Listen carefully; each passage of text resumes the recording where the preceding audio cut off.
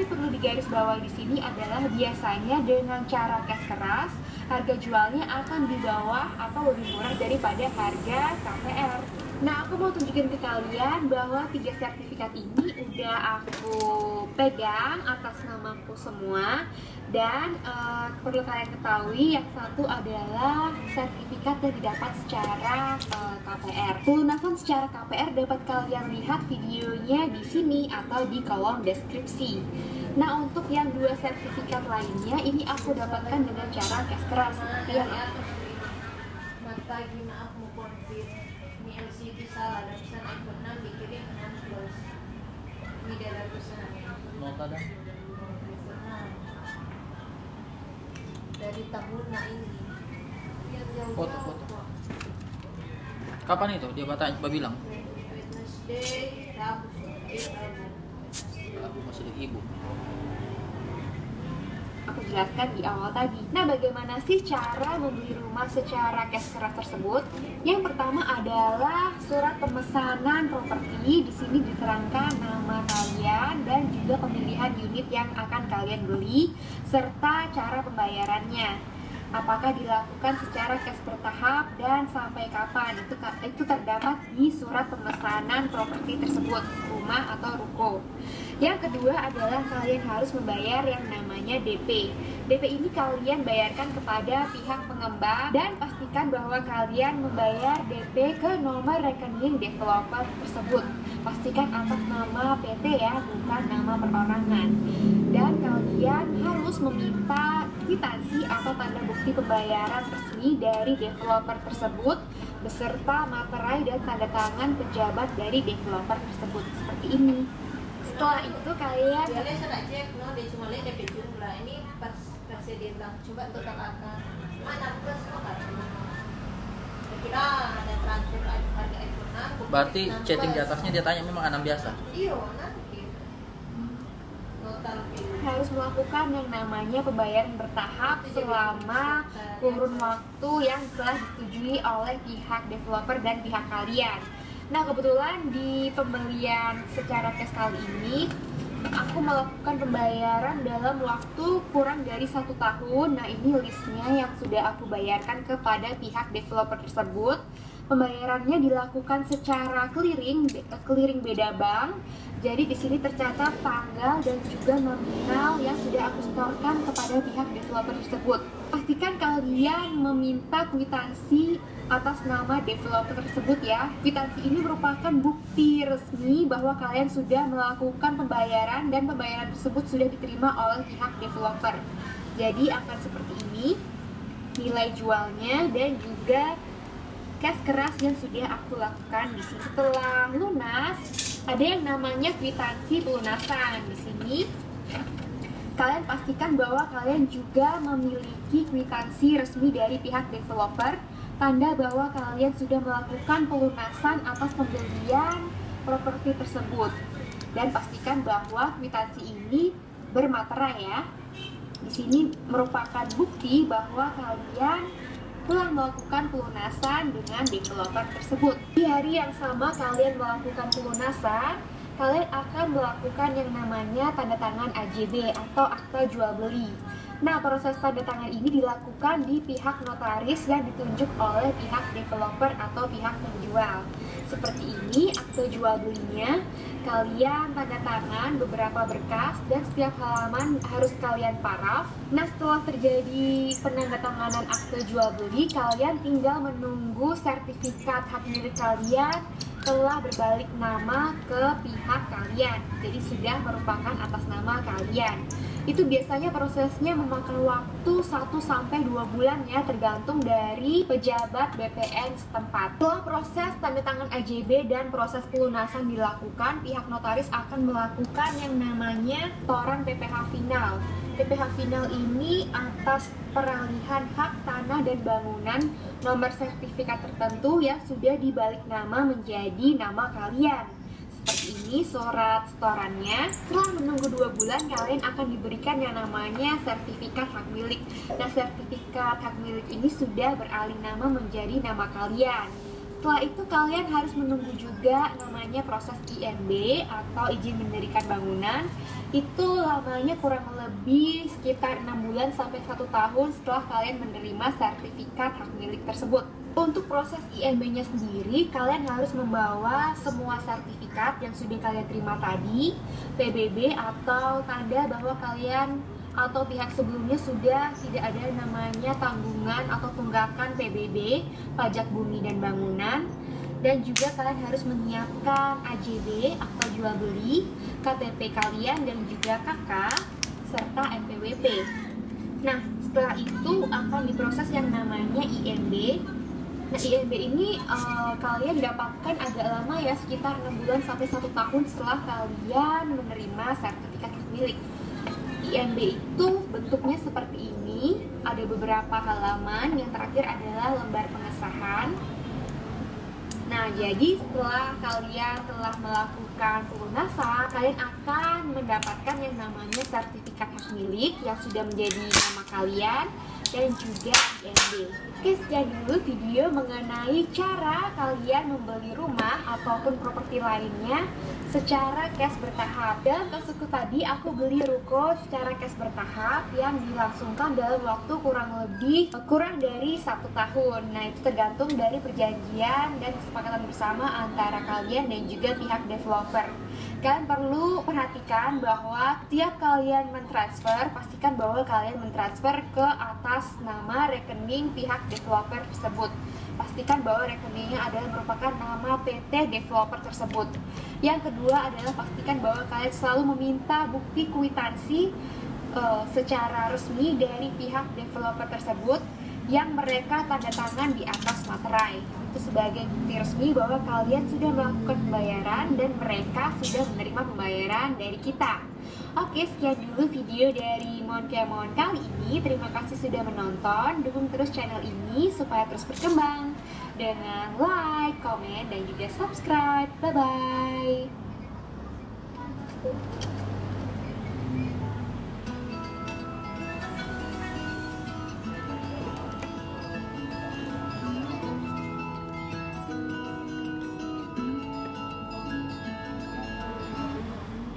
Klausul itulah ada klausul di dalam perjanjian tersebut, ada klausul pemberian kuasa untuk nanti si pemberi menghadap ke PPAT menunjukkan akta jual beli bisa mengajukan namanya memberi nama tanahnya. Nah, sisi keamanannya gimana Bu? Apakah karena ini yang dari yang ada kewajiban begitu ya? Karena si dari PPJB itu berarti si penjual ini wajib nih, mau nggak mau dia nggak punya pilihan gitu ya. Karena kan si penjualnya juga sudah menerima uangnya semua.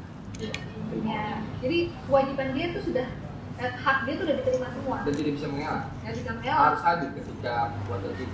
Kalau buat AJB kan tadi ada klausul di PPJB kita berikan juga dalam PPJB-nya klausul kuasa untuk mengulang bagi si pembeli kalau dia udah lunas. Dalam arti kan lunas adalah semua kewajiban si pembeli udah dijalankan, membayar sejumlah uang yang disepakati. Si penjual pun sudah menerima semua haknya.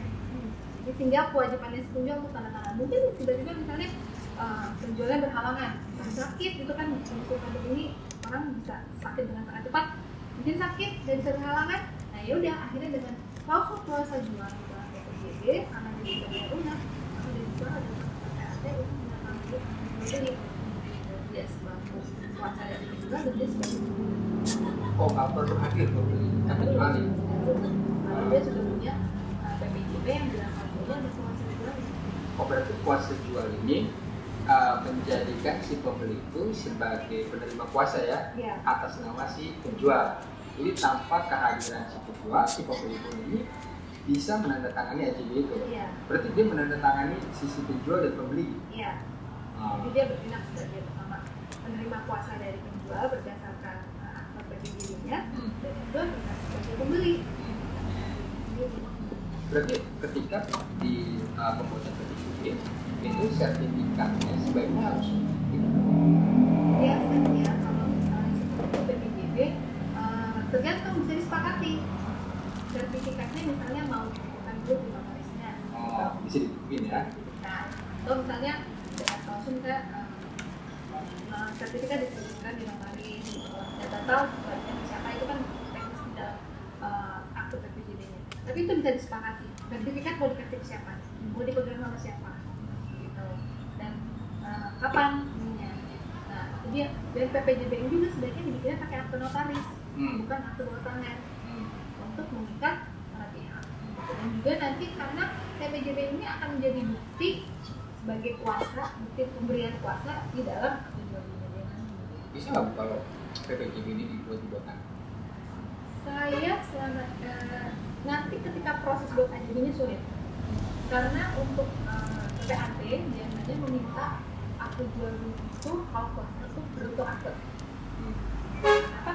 Karena itu mempunyai pembuktian yang lebih kuat dibanding cuma di bawah tangan. Terutama belum tahu kuasanya itu di bawah tangan. Kuasanya di bawah tangan saat ini nggak tahu siapa dan kapan. Nah itu dia. Dan PPJB ini juga sebenarnya dibikinnya pakai akte notaris, bukan akte bawah tangan, untuk mengikat para pihak.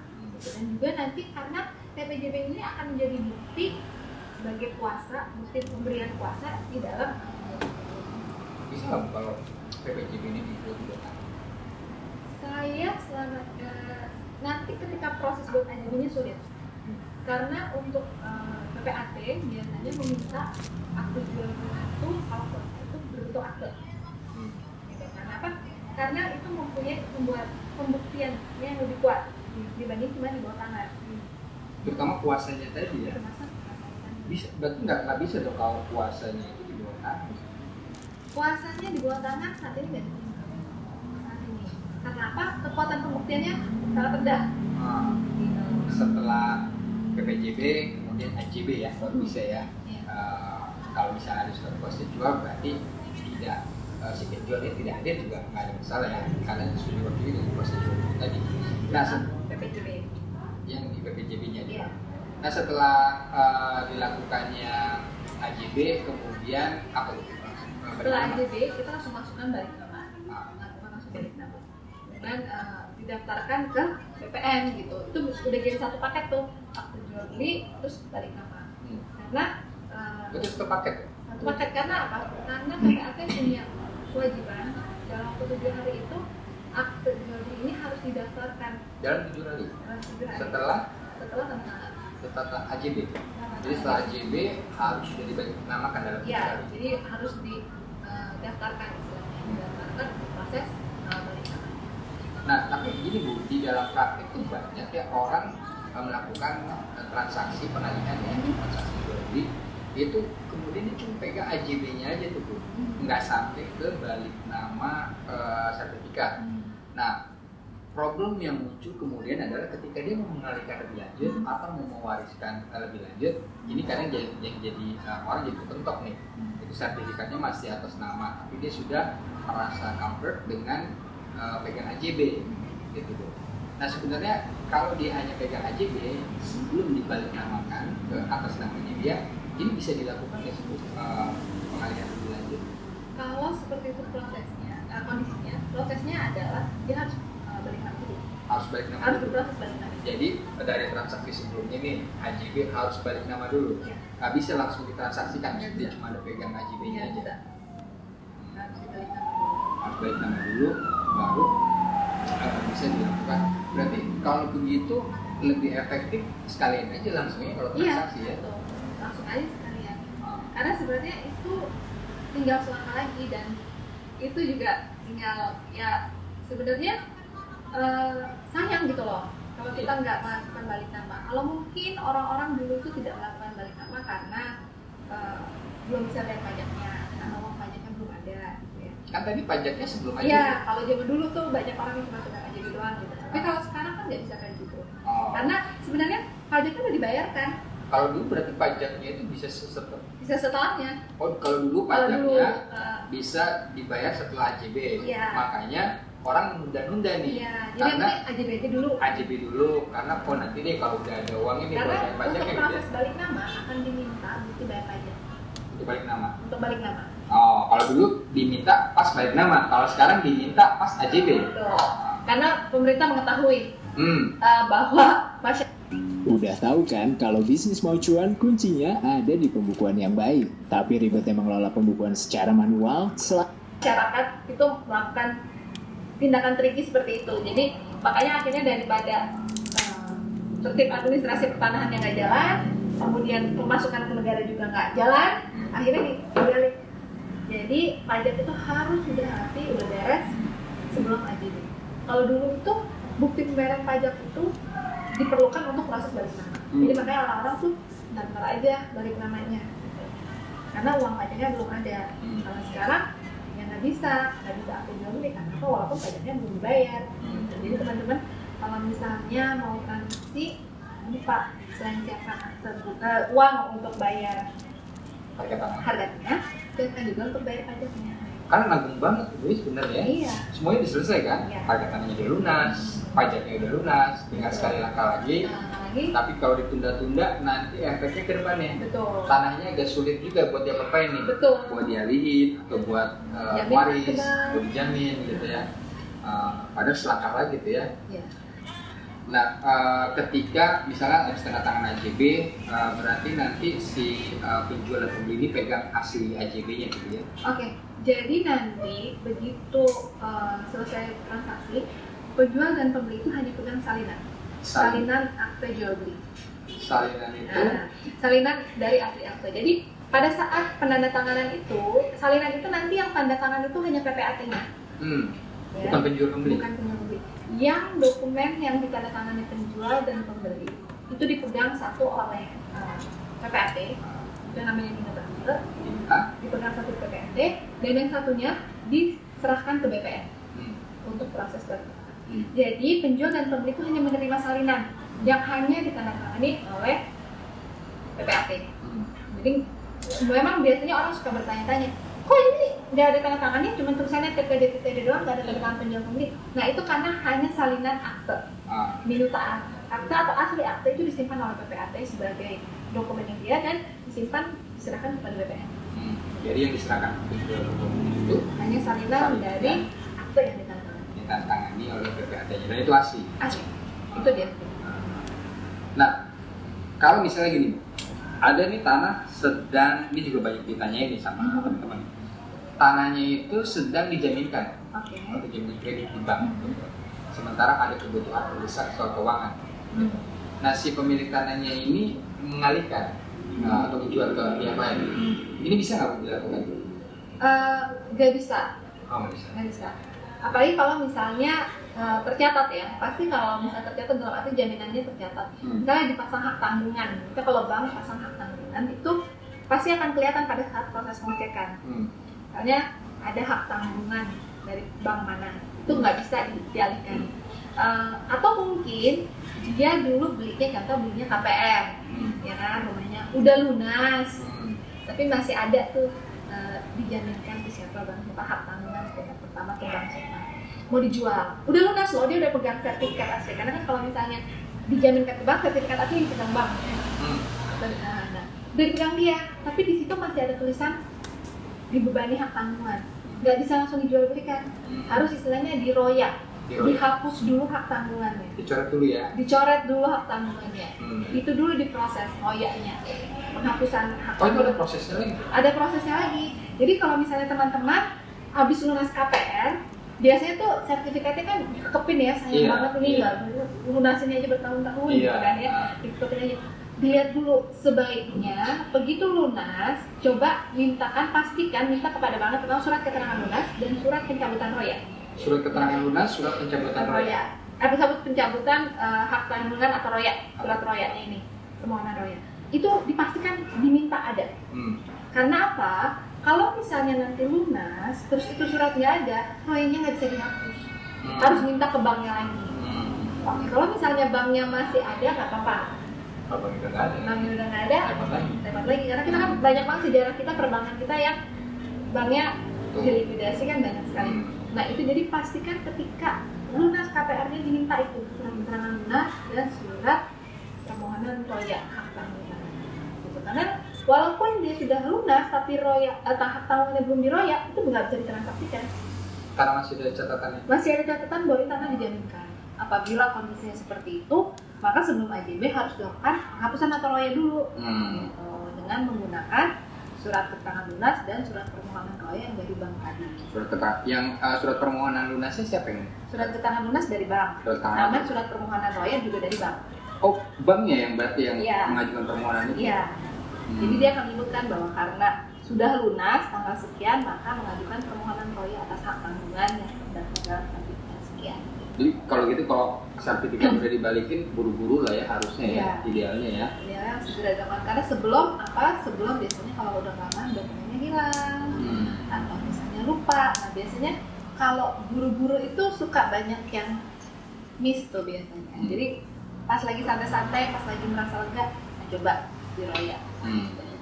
Daripada nanti kasakusuknya ketika mau ini kan berproses lagi, lama lagi, biaya lagi gitu ya. Nah, kembali lagi ke proses AJB nih. Kebetulan teman-teman juga banyak yang nanya, biasanya berapa sih biaya jasa untuk pembuatan AJB gitu secara umum? Karena banyak juga yang ngerasa takut bikin AJB karena biayanya itu tinggi, karena dihitung berdasarkan presentasi dari harga tanahnya, harga transaksi. Itu betul nggak sih, Bu? Iya, memang di dalam peraturan tentang PPAT memang diatur tentang honorarium PPAT untuk pembuatan akte. Itu adalah memang dihitung dari nilai yang tercantum di dalam akte, paling banyak 1%. Paling banyak. Berarti nggak boleh lebih dari 1%? Nggak boleh. Jadi memang di situ ya tinggal nanti masing-masing notaris PPAT pasti punya standar masing-masing, tapi peraturan mengatur bahwa maksimalnya 1%. Aturannya maksimal 1%, akan tetapi dalam prakteknya memang itu yang dilakukan apa? Prakteknya memang seperti itu, cuman kadang-kadang yang harus diperhatikan adalah itu biaya untuk akte. Nanti ada lagi biaya yang lainnya. Karena gini, biaya akte biasanya PPAT itu biaya akte dan biaya pengurusan itu dipisahkan. Nah, biaya akte yang 1% tadi biaya pengurusan untuk apa? Pengurusan untuk validasi pajak, pengurusan cek sertifikat, pengurusan balik nama, itu akan biasanya dicas itu berbeda lagi, terpisah ya? Terpisah. Gitu. Jadi biasanya mungkin setiap daerah punya standar biaya yang berbeda untuk hal ini. Jadi itu coba ditanyakan ke notaris PPAT yang terdekat yang memang di situ dibuat. English is my second language. As a vlogger, I deal with social media a lot, which is actually fun for me, but I will say sometimes it's challenging. Kalau untuk aktenya sendiri memang peraturan sudah menentukan maksimal 1% untuk aktenya. Tapi untuk biaya pengurusannya itu berbeda-beda standarnya. Setelah AJB nih, bisa nggak kalau pembeli tanah ini melakukan balik nama sendiri? Misalnya dia cuma hanya bikin AJB-nya aja gitu di PPAT. Kemudian, nah kalau dia mau melakukan balik nama sendiri apa aja tuh syaratnya? Jadi nanti kalau dia mau mengajukan balik nama sendiri, mau mengurus balik nama sendiri boleh. Nanti pakai menggunakan asli akte yang sudah ditandatangani para pihak, kemudian dokumen-dokumen. Akte itu AJB-nya ya? Akte jual beli ya. Nah, akte jual belinya dibawa KTP, NPWP segala macam dokumen-dokumen itu PBB masukin. Sama sertifikat pastinya ya? Sertifikatnya. Berarti isi permohonan juga bisa? Ya, ada formulirnya. Ada biayanya segala macam. Ada biayanya. Berapa lama tuh Bu? Untuk secara aturan sih 14 hari kerja. 14 hari. Iya. Tapi mungkin dalam prakteknya ada delay Ya. waktu banyak ya. Ya, seperti itu. Nah, nih sekarang tentang ini nih Bu, tentang tanah warisan. Kayak ketika tanah warisan itu biasanya kan ketika seorang meninggalkan tanah warisan dan mau dijual. Nah, banyak kasus dan kasusnya juga dialami sama kita nih. Kadang-kadang dari sekian banyak ahli waris hanya beberapa orang saja yang setuju untuk dijual, tapi ada juga 1 atau 2 orang yang nggak setuju gitu. Nah sebenarnya ini kadang-kadang ada yang memaksakan diri tuh Bu, mau menjual, misalnya ada 5 orang ahli waris, 1 orang nggak setuju, karena 4 setuju dipikirnya karena suara terbanyak itu bisa dilakukan. Sebenarnya ini bisa nggak Bu? Sebenarnya kalau misalnya, ini prosesnya ya, kalau misalnya tanah warisan itu begitu seseorang meninggal, maka segala hak dan kewajibannya itu kepada ahli warisnya, termasuk asetnya berupa tanah. Jadi begitu seseorang meninggal, maka tanahnya itu akan jadi milik seluruh ahli warisnya. Seluruh. Kalau ada 5 milik 5 orang. Lima-limanya. Gitu.